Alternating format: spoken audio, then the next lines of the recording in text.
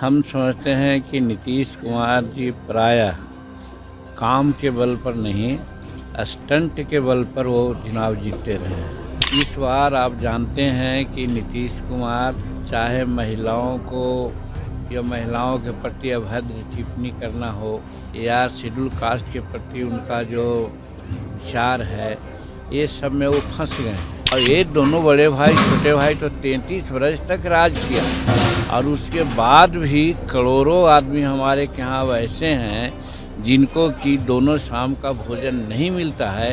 ये तो कलंक है।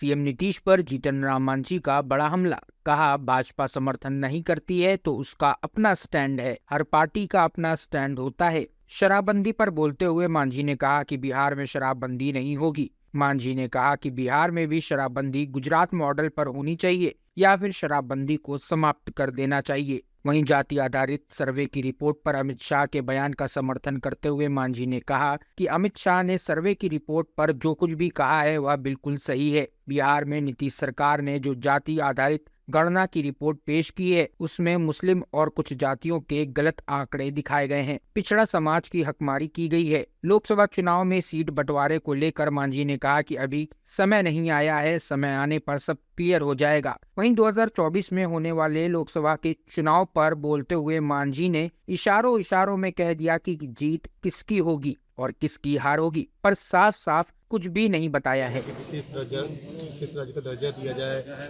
कोसी पे हाई डैम बनाया जाए, क्या लगता है कि क्या उनकी मांग कितनी जायज है और चुनाव के समय इस तरह की मांग लगातार?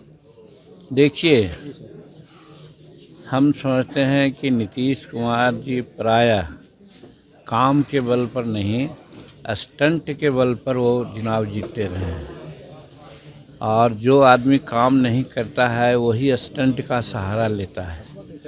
तो इस बार आप जानते हैं कि नीतीश कुमार चाहे महिलाओं को या महिलाओं के प्रति अभद्र टिप्पणी करना हो या शेड्यूल कास्ट के प्रति उनका जो विचार है, ये सब में वो फंस गए हैं।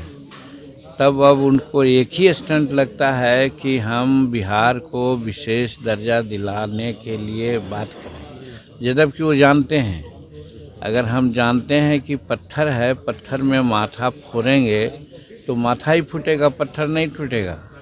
जब वो जानते हैं कि 14वीं वित्त आयोग और रघुराज राजन कमेटी और नीति आयोग जो डिसाइडिंग कमीशन या फैक्टर है, सबों ने कह दिया है कि विशेष राज्य के दर्जा का कंसेप्ट ठीक नहीं है, ख़त्म है, उसको नहीं लाना चाहिए।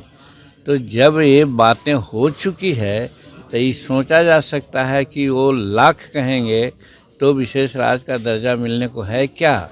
लेकिन जनता भोली भाली है, बिहार की समझती है कि साहब ये तो मांग कर रहे हैं, भारत सरकार नहीं दे रही है। लेकिन सच्चाई यही है कि भारत सरकार जब नीतिगत निर्णय में किसी को अब विशेष राज्य की दर्जा न देने जा रही है तो फिर बिहार को विशेष राज्य की दर्जा क्यों मिले। वैसे विशेष राज्य की दर्जा मिल जाए तो हम चाहते हैं कि भाई बिहार को मिले, पहली बात।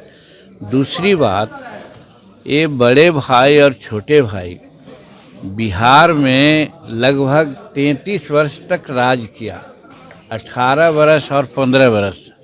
मेरा कहना है कि 33 वर्ष में भी अभी जो सर्वे कराए हैं उसमें कहते हैं कि लगभग 1 करोड़ ऐसे लोग हैं जो बहुत गरीब हैं और इसी को पैरामीटर मान करके कहते हैं कि विशेष राज्य का दर्जा मिलना चाहिए। तो कहने का मतलब ये है कि ये तो अपने ही नाकामयाबों का एक बखान कर रहे हैं। 1 साल, 2 साल, 3 साल, 4 साल, 5 साल, 10 साल किसी के राज्य के विकास के लिए बहुत काफ़ी है। और ये दोनों बड़े भाई छोटे भाई तो 33 वर्ष तक राज किया और उसके बाद भी करोड़ों आदमी हमारे यहाँ वैसे हैं जिनको कि दोनों शाम का भोजन नहीं मिलता है। तो ये तो कलंक है। इन लोगों को अगर संवेदनशील होते तो इन लोगों को तो स्वतः इस्तीफा दे देना चाहिए था कि हम इसके लायक नहीं हैं।